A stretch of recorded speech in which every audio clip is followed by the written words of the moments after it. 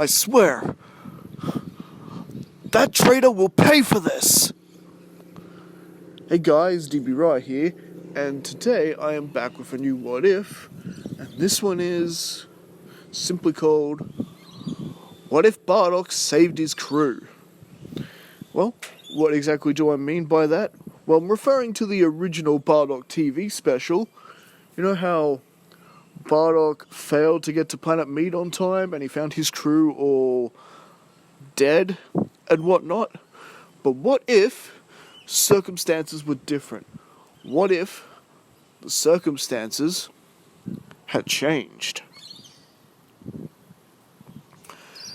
And well, this all begins during the battle on Kanassa, where Bardock and his crew conquer it, just like in the beginning of the original story.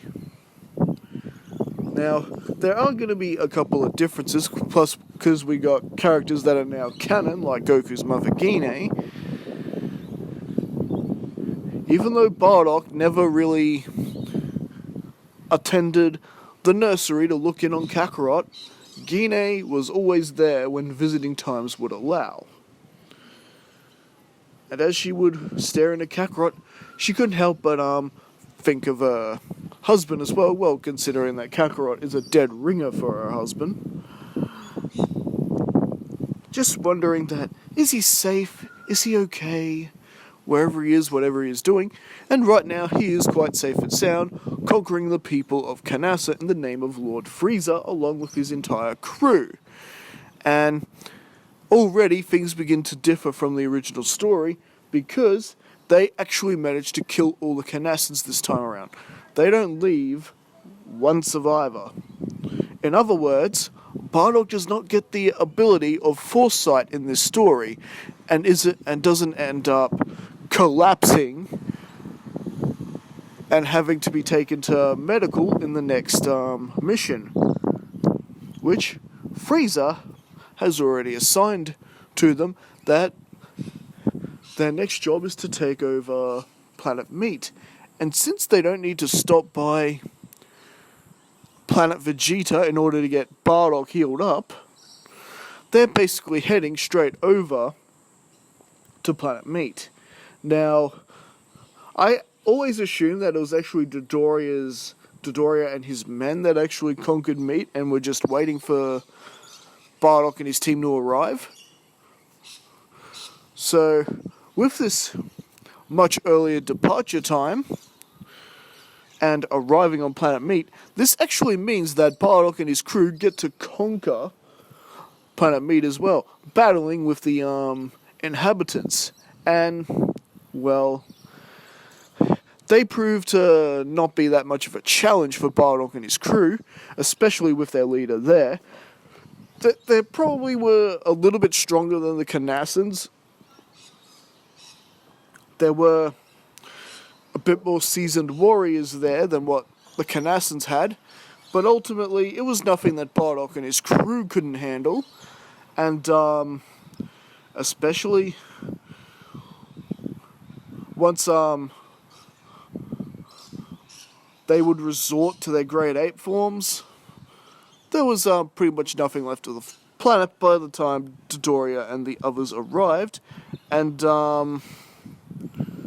well, the scouters of Bardock and his crew go off while they're in the middle of celebrating Planet Meat, and they realise Dodoria and his goons are here, and well, everyone has some sort of mixed feelings and mixed ideals on why Dodoria could be here. Hey, maybe we're getting a promotion. Maybe Frieza's finally recognizing their talents. Well, they're sort of half correct. I mean, Frieza did indeed send Dodoria, and he's definitely recognized that this particular group of Saiyans have become uncommonly strong for low-class Saiyans. And, well, Tora, Fasha, even Shigesh Borgos are more thinking that yes, this might be some sort of promotion. Bardock is not so sure. He's got such a suspicious nature. This was very unbehaviour-like for Frieza or any members of the Frieza Force to come here knowingly acknowledge Saiyans. Nah, Bardock figured something may be up here. You may be right, we may be in for some sort of promotion, but just in case, we better keep our guard up. What? You're just being paranoid, Bardock. I've known you a long time, Bardock. What are you thinking? Perhaps Dodoria is actually here to do away with us. Why would that be? Well, think about it. We have been taking a lot of missions that even the elite wouldn't touch. I'm not saying that is the case. I'm just saying it's a possibility. And well, this gets the rest of his crew thinking, and so they are more or less keeping their guard up as they go to greet Dodoria and his team. And I see you just managed to detect us on the scouters, have you? Well, it seems congratulations are in order. We actually thought Zarbon and I would have to conquer this world ourselves. And well, Frieza has recognized your talents and is prepared to reward you. This is, Dodoria lying through his teeth, of course. He's just trying to get the Saiyans to lower his guard. And well, as Dodoria begins to invite the Saiyan crew towards his ship, well, suddenly his men begin to charge up Ki Blasts. However, Bardock has already seen this coming, and he's already in the face of one of them and blows him away with a simple Ki Blast. What? Bardock, how dare you? How dare I? How dare you, you traitor? Men! Take them out! And well, Fasha, Tora, Bulgos, and Shugesh power up, and it's basically a complete free-for-all for all his men, while Bardock is pretty much going one-on-one with Dodoria. And, well, in a fair fight, it's actually a pretty decent fight between Bardock and Dodoria, but you can tell sort of that Dodoria is merely, well, more or less playing around here. After all, at this point, Dodoria's power level was about 22-odd thousand, 24-odd thousand, somewhere along that. It was somewhere along the lines of what Vegeta was on planet Namek. And Bardock probably being about 10, 15,000, more or less about King Vegeta's level. Dodoria has no problem with this, but then, as he turns around, too busy playing around, the rest of his men are dead, and now he is surrounded by Bardock's elite team force. And well, this is suddenly not looking good for Dodoria. Sure, Dodoria is strong, but against a whole seasoned unit, Tora, who's probably only just behind his leader in terms of power, plus you've got 3 other Saiyans there in Shugesh, Bulgos, and Fasha there. Yep, this is suddenly not looking good for Dodoria, and these guys were experts in teamwork. They knew how to coordinate their battling and work together as a team, using team tactics to get the best of their enemies. And well, Dodoria is no exception to this fact. Dodoria is now getting hit left, right, and center by these Saiyans. While he is putting up a bit of a fight, and it is a bit of a struggle, but ultimately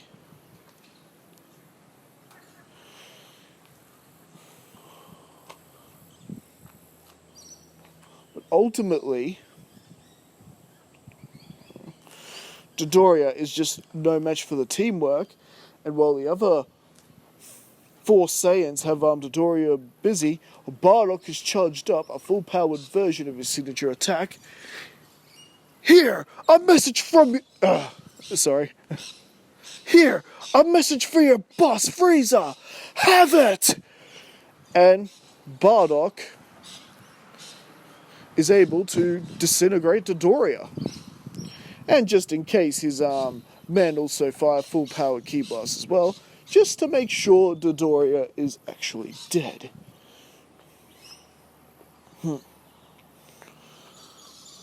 And the rest of Bardock's men, they can't understand why Frieza would turn on him, and much less send this bozo to do the assassination work. It seems we really are getting stronger. I guess Frieza has decided we Saiyans are becoming too strong. And then, well, this is where Bardock comes to the realization, and suddenly, one word is uttered out. Vegeta! Oh, what? We've got to get home right away. If I'm right, the whole planet is in danger. And well, meanwhile, Frieza with Zarbon at his side. So what is it you have in mind here, Lord Frieza? Oh, would you look at that? It looks like Dodoria has botched the job. Not that that matters to me, Zarbon. I've decided I'm gonna torch the whole barrel of monkeys. Oh yes, I see. You're heading to the planet to erase the whole bunch.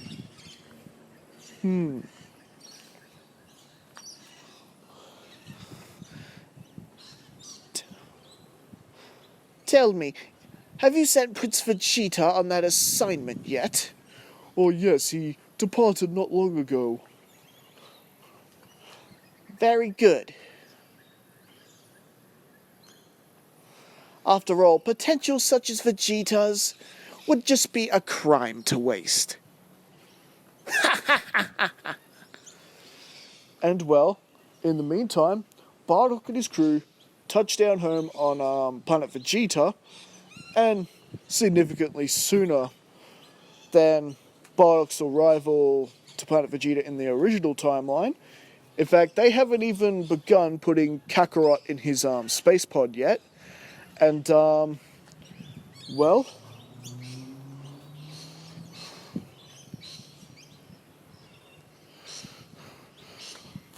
the rest of Bardock's soldiers are questioning, so what do you mean the planet might be in danger?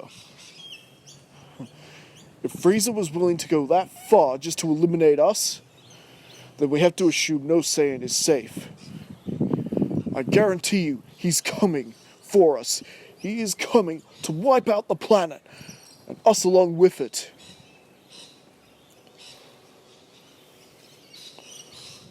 We have to assemble every Saiyan we have here and take the fight to that traitor! And well, as his men are tasked with warning as many people as they can. Now, the difference is that this actually seems to work, because this isn't coming from the mouth of a crazy person. And Bardock has witnesses who can verify that Dodoria did indeed attack them, and that, yes, Frieza is definitely on his way here. And while Bardock is heading towards the palace to try warn the royal family, he actually stumbles upon his partner, Gine, and essentially he tells her everything that has happened, and Gine's just going, oh my god. So, what, that's it, you believe me? Of course I believe you, Bardock. I never trusted Frieza and his goons. I'm actually kind of happy you put Dodoria in his place. All the time he'd come towards the meadery to abuse me. And Bardock questions where's Raditz, and well, he was sent off world along with Prince Vegeta and Nappa not that long ago. So at least he's off world. But Bardock does not like the idea that they're still technically doing a job for Frieza. So, well... Look, Gine, I don't have time to sit around and discuss this with you. Here, take this scouter, try to get a hold of Raditz, and inform him on what's going on. Meanwhile, I'm going to continue off and try at least warn the royal family. But Bardock, after I contact Raditz, what do you want me to do? Well, I don't know. Make sure Kakarot gets off world. And well, Gine is rushing towards the departure point where they send the space pods up, and Bardock is heading towards the royal planets. And Gine is frantically trying to reach her son by scouter. And well, this is where Bardock is informed that no one in the royal family seems to be home. King Vegeta is actually requested an audience with Lord Frieza right now. Damn that king! Damn it! He's walking straight into a trap! And well, the guards are all questioning Bardock now, because Frieza is intending to wipe out the planet. Check your scouters! And as they check their scouters, they seem it's suspicious that they are getting reports of Frieza's men basically floating in orbit of the planet, and like not just a handful of men, it's like an entire army, and that Frieza's ship is indeed there. And well, it took a while for the guys in the tavern to listen up to Bardock and his crew, but after convincing them to check their scouters at least, they were more or less convinced. So this at least meant that Bardock, at least, has his army for his great big stand against Frieza. And meanwhile, Gine does manage to get to the departure point, and the pod that's just about to be launched is indeed Kakarot's pod. And this is pretty much when the guys running the spaceport notice Gine coming. Oh, Gine! Come to say goodbye to your child? He was just about to be launched. You're lucky you turned up when you did. And well, essentially, Gine gets to have one last look at her child, and she more or less makes the same promise she does in Dragon Ball Minus, promising that if they somehow get out of this alive, they'll come back for Kakarot, get him off the EARF. And so, with that, Kakarot is launched up into space. And well, I think at least for now, that is where we're going to be leaving things. So, what did you guys think of the story? Did you like that I more or less kept to the Bardock Father of Goku story than the Dragon Ball Minus one? And, with Bardock rallying an army of Saiyans, will they actually have a chance of stopping Frieza from blowing up the planet? All this and more next time as I continue this story. Leave your thoughts in the comments, don't forget to like and subscribe, and I'll see you guys next time.